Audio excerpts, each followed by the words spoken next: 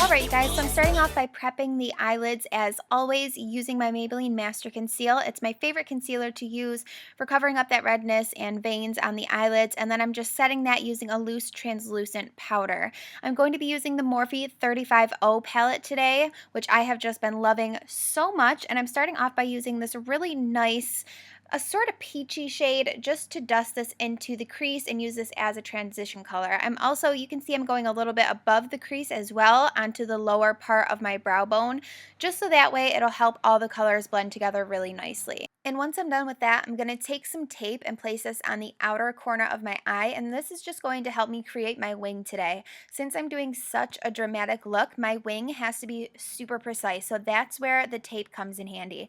So I'm just going to start off by drawing my wing how I normally would, flicking it outwards, but when I go to connect the wing, I'm going to make it go right above my crease. You can see where I'm taking that product just above where the natural crease of my eye is. You don't want to put it directly in your crease because it's going to get lost when you're opening and closing your eye. So just draw it directly above the crease, and this is going to create a very dramatic, almost cat eye looking wing. I like to start with a little product and then build my way up, just so that way I know where I want that product to be. It's a lot easier to fix your mistakes if you start off with less product than if you go in with a heavy hand of product. It's a lot harder to fix those mistakes, if you know what I'm saying. So this little tool that I'm using for eyeliner, this is actually by Real Techniques, and it's a silicone brush. So it doesn't actually have hairs. So it makes the line really easy to get like extreme precision with it. So I love using this tool. And the gel liner that I'm using is the Maybelline gel liner in Blackest Black. So now I'm just filling in the outer corner. I'm just focusing this on the very outer V of the eye. I'm not bringing it in any further. And if you make any mistakes, you can go in here with some concealer like I did and just quickly fix up your mistakes with some concealer. Now moving back onto the palette, I'm picking up a deep, rich brown shade, and I'm going to pack this on right on top of that liner, just deepening up the color. For this look, I want my eye to have a very ombre effect, so I want my darkest color to be on the outer corner, and then it'll gradually get lighter towards the inner part of the eye. So I'm just building up that color. You might have to dip your brush in a few times to get it to the color that you want it to be. But that's all I'm doing. I'm just building up the color on that very outer corner, and as I work my way towards the center of the eye, I'm just using a lighter hand so that way the color isn't as intense. And this is random, but I've had a couple people ask me why in some of my videos, why do I do my foundation first and then the eyeshadow, and in others, why I do the eyeshadow first and then the foundation. And really the only reason that I do my foundation after my eyeshadow is because sometimes with these darker colors, you can get a lot of fallout. Like you can see right underneath my eye where I've been applying that shadow, that some of the color starts to fall down onto my face. So I like to apply my foundation afterwards. That way I don't have eyeshadow all over my foundation, because it's a lot harder to fix and clean up once you already have your foundation on. Next, I'm picking up this beautiful reddish orangey brown, and I'm going to pack this on to the center of my eyelid. And the brush that I'm using, by the way, is the Morphe M170-8 brush. I'll leave all the products listed down below, but I love this for packing on the color because, as you can see, it's very tapered, and it just makes it really easy to get that precise application. So I'm, again, just packing this on, building up the color until I get it to as dark as I want it to be. And once I have packed that on, I'll go back into the palette, and I'm going to pick up this beautiful, it's so stunning. It almost has like a foiled consistency, and I'm going to pack this onto the inner corner of my eye.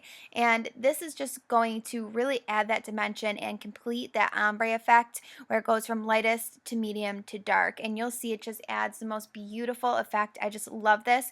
And if you feel like the transition is too harsh, you can definitely go back in with that middle color and just kind of blend it out, just to make sure that you can't tell where one color ends and the other one begins. You want it to really just blend together and come together as one. And I just keep building up that color and packing it on, getting it as pigmented as I possibly can. And then I'm just taking a makeup removing wipe and cleaning up underneath the eyes. Now I'm just using a liquid liner to line that top lash line, and you can see I'm trying to keep the line pretty thin because I don't want to take away from the eyeshadow, but I do want to add some definition just so that way when I go to place the false lashes that they blend together nicely with my lash line. So once I'm done with that and I have my lashes on, I'm just going to curl them quickly. This step is so important because if you don't curl your lashes, they can tend to fall downwards and make your eye look smaller. So I always like to curl my lashes once I have them on and then just apply some mascara as well just to give them a little bit more definition and make it extra dramatic. Now I'm taking that gel liner on that same brush that I used to create the wing and lining my waterline. Now I'm going in with foundation. This is the Maybelline Better Skin Superstay Better Skin Foundation. I did a full review on this. If you're interested in that, I will link it down below. But I'm just applying my foundation how I normally would. This is the Morphe E6 brush. And now I'm just going in with concealer. This is the Maybelline Master Conceal in the shade Light.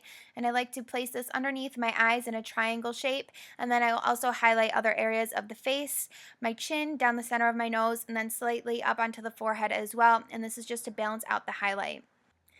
And of course, I'm using my Beauty Blender to blend everything out. I just love using this tool to blend out concealer because I just feel like it gives the most flawless finish.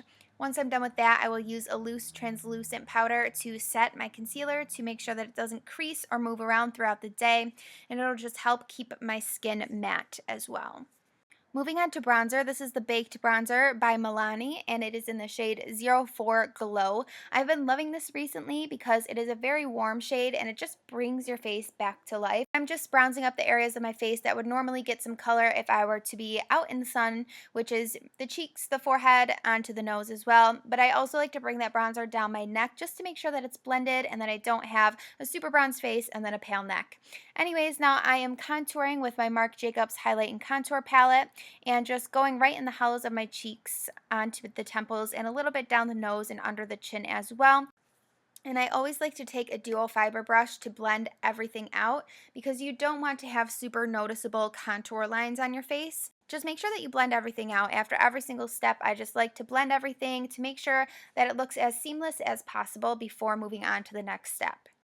Now I'm taking Makeup Geek's blush in the color Romance and just popping this onto my cheeks. And then once I've applied that, I'm going to move on to highlighter.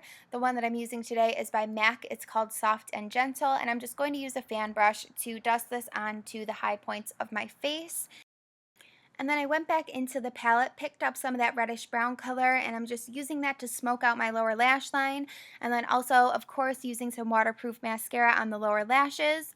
And then setting my brows with a tinted brow gel from Ulta. And for some reason, I lost the footage of me applying my lip color, but I chose to go with a nude lip for this look. Thank you guys so much for watching. I really hope that you enjoyed this tutorial, and I look forward to seeing you in my next video. Bye!